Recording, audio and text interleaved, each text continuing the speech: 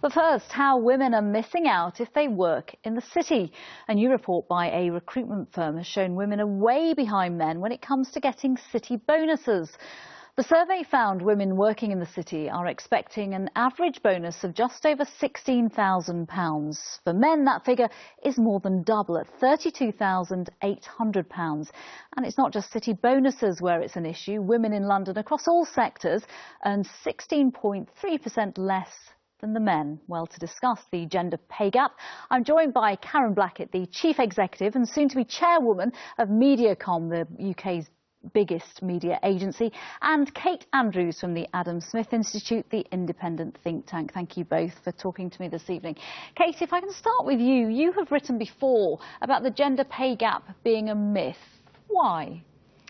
Well, the gender pay gap is a myth in the way that we usually talk about it. Yes, there is still a gap, especially for women over the age of 40. Actually, here in Britain, if you're between the ages of 22 and 39, you are earning more or equal to your male counterparts. But once you hit the age of 40, that does start to decline on average. The real pay gap is not between men and women, it's between mothers and non-mothers, because at this point it seems like employers are actually doing a lot, and oftentimes they favor women when it comes to promoting them, giving them more money, and moving them up the chain. But it's taking time off of work that's what really hurts women when it comes to their salaries. Now, that's a problem, and that's something we need to address, but that's not employers' faults. OK, let's bring Karen into that. How do you respond to that then? You are a mum yourself, you are a working mum. It's your fault. It's an interesting concept because I'm a single mum as well, and I do think employers have a responsibility to ensure that they understand the differences between men and women, and that involves talking about work-life blend rather than balance. I ban the word balance at the agency, but it's also about understanding how greater gender diversity can actually contribute to profit. Now, the McKinsey report about diversity matters shows that for every 10% increase in gender diversity, there's a 3.5% increase in profit.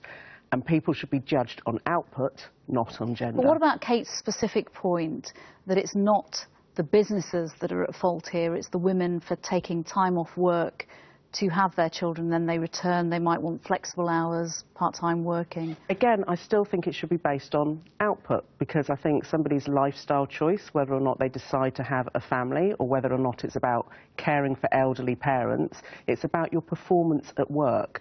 And if you have flexible hours in working, that's absolutely fine and should be encouraged, but it's about output for the role and output in terms of business results. Kate?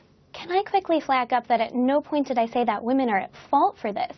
This is the real deep-rooted problem in our society, is that women are punished for wanting to become mothers often and for taking that time out of work. If the government's going to be involved at all, it should be to promote paternal leave. It should be encouraging families to decide, really, is it the mother or the father that should be taking that time off to stay home with the kids. At no point did I say that it was the woman's fault, but also I don't think we should claim that it's the employer's fault.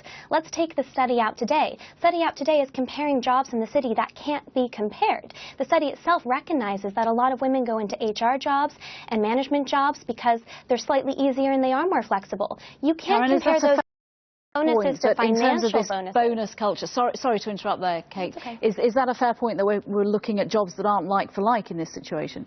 No, but in my industry sector, which is advertising, absolutely in terms of senior roles, 26% are occupied by women. What we should be focused on is output. It doesn't matter what the sector is or what the role is. Yes, there does tend to be more men in sales-based roles and sales-based organisations. Where they have commission. Where they do have commission, but that is a responsibility of both the employer and the employee to make sure that they're getting equality. Well, Carol and I might agree that we need to be encouraging more women to take up these jobs, but as it stands now, you can't compare two fundamentally different jobs and say that people should be getting the same bonuses. I don't think that's particularly feminist. We have to bring women into the sector, not just claim that they're there. All right, Kate Andrews and Karen Blackett, thank you both for joining me this evening. Thank you.